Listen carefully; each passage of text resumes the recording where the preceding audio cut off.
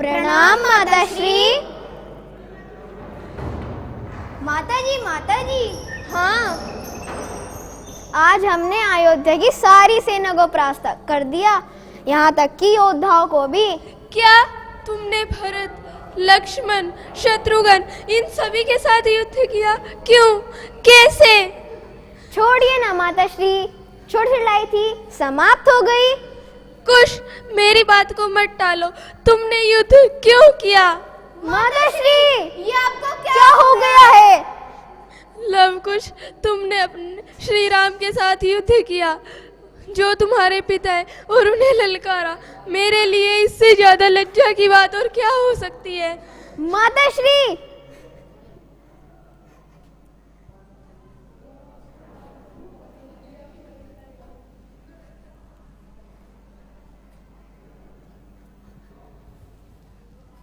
प्रणाम गुरुवर। प्रणाम। लवकुश, तुम्हें तुम्हारी माता ने सत्य बताया है, तुम्हारे पिता श्री राम ही है। तो फिर हमें इस बात से वंचित क्यों रखा गया गुरुवर? हर बात के प्रकट होने का एक उचित समय होता है लवकुश, और वह समय आ गया है कि जब तुम अयोध्या वासियों से यह प्रश्न करो कि उन्होंने तुम्हारी माता के पवित्र आंचल पर यह दाग क्यों लगाया। तुम्हें अयोध्या जाकर अपनी माता के ऊपर बीती करुण गाथा सुनाकर अपनी माता के आंचल पर लगे दाग को धोना होगा। हाँ, हम ये अवश्य करेंगे, हमें आशीर्वाद दें। आयुष्मान भव।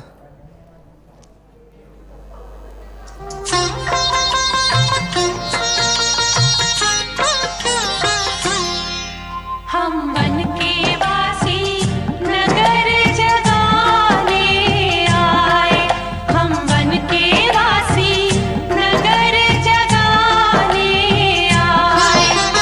सीता को उसका खोया, माता को उसका खोया, सम्मान दिलाने आए। हम बन के वासी नगर जगाने आए, हम बन के वासी नगर जगाने आए। ओम श्री मा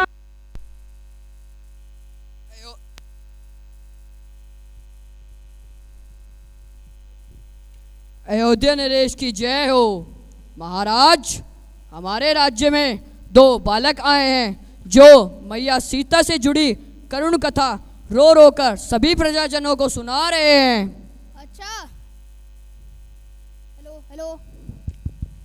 अच्छा, तो उन बालकों को यहाँ लेकर आओ। जैसी आपकी आज्ञा महाराज। बालकों, तुम वही हो ना जो मैया सीता से जुड़ी करुण कथा रो रो कर सभी प्रजाजनों को सुना रहे हो? हाँ, हम वही बालक हैं। तो चलो, तुम्हें प्रभु श्री राम ने बुलाया है।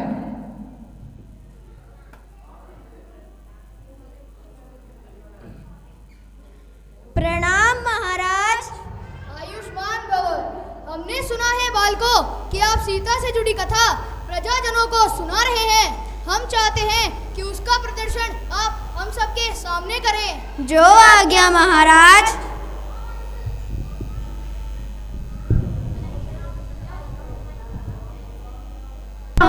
गणाधिपतये नमः। ओम श्री उमा महेश्वराभ्यां नमः। वाल्मीकि गुरुदेव के पद पंकज सिरना, सुमिरे